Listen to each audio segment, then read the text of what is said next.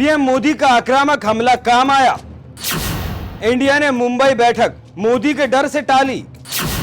आखिर क्यों मुंबई बैठक विपक्ष ने टाल दी? क्या विपक्ष के इंडिया में विवाद है?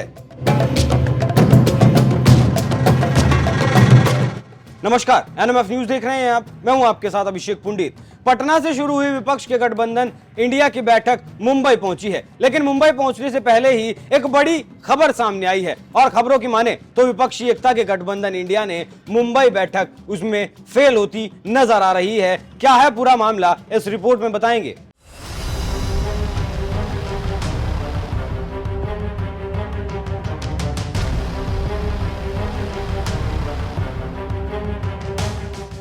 दो 2024 की तैयारी बड़े जोर शोर से चल रही है और लग रहा है कि 2023 में ही सभी पार्टियां अपना आपा खो चुकी हैं। तभी तो विपक्ष के गठबंधन को आतंकी संगठन और ब्रिटिश हुकूमत से जोड़कर हमला किया जा रहा है। और अब तो पीएम मोदी ने यह तय किया है कि इंडिया का नाम कोई भी एनडीए का सदस्य नहीं लेगा। इसी बीच सह और मात का खेल जारी है। एक और गठबंधन दूसरे गठबंधन पर भारी पड़ने की कोशिश कर रहा है। इसी बीच एक बड़ी खबर सामने आई है कि विपक्षी गठबंधन इंडिया की बैठक जो मुंबई में होने वाली थी वो टाल दी गई है।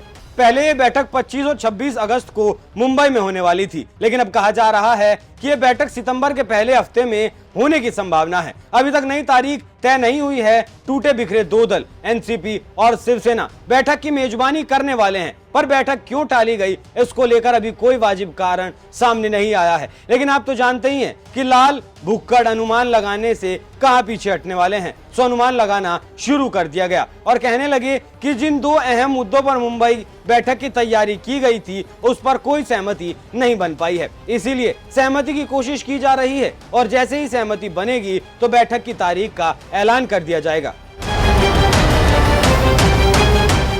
आपको यह भी जानकारी होगी कि बंगाल की सीएम ममता बनर्जी की सलाह पर विपक्षी दलों की पहली बैठक को पटना में किया गया। तब कांग्रेस अध्यक्ष मल्लिकार्जुन खड़गे और राहुल गांधी कुछ कारणों से वहां नहीं आ रहे थे, इसी कारण बैठक को टाल दिया गया था। पटना में तब 23 जून को बैठक हुई। बैठक में सिर्फ दो ही बातें तय हुई कि हर हाल में बीजेपी का विरोध मिलकर करना है और अगली बैठक शिमला में होगी। शिमला के लिए बैठक की जो तारीख तय की गई वो भी रद्द कर दी गई। तब तय हुआ कि बैठक अब बेंगलुरु में होगी। खैर, बेंगलुरु में बैठक हुई तो सिर्फ एक काम हुआ कि गठबंधन का नाम तय हो गया। पहले विपक्षी दलों के गठबंधन का नाम यूपीए था, उसे बदलकर नया नाम इंडिया रख दिया गया। बाकी चीजें अगली बैठक के लिए फिर से टाल दी गई, लेकिन निशाना इतना सटीक बैठा कि तीर मोदी के सीने में जा लगा और फिर विपक्ष का हौसला भी इससे बढ़ना लाजमी था।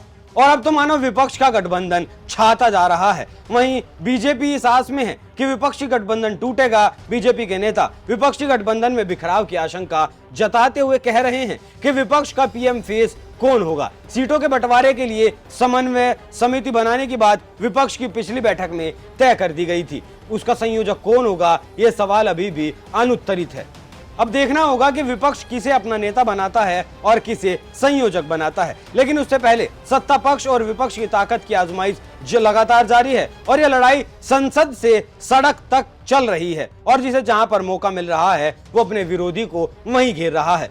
अब देखना दिलचस्प होगा कि विपक्ष इस बैठक से, इस नए गठबंधन से क्या हासिल करता है और सत्ता पक्ष क्या खोता है। लेकिन 2024 की लड़ाई बड़ी दिलचस्प होगी। लेकिन उससे पहले तीन बड़े राज्य मध्य प्रदेश, छत्तीसगढ़ और राजस्थान की लड़ाई तय कर देगी कि अगले लोकसभा चुनाव में कौन लीड करने वाला है। आप इस खबर पर क्या राय रखते हैं? अपनी राय हमें कमेंट कर जरूर बताएं। नमस्कार।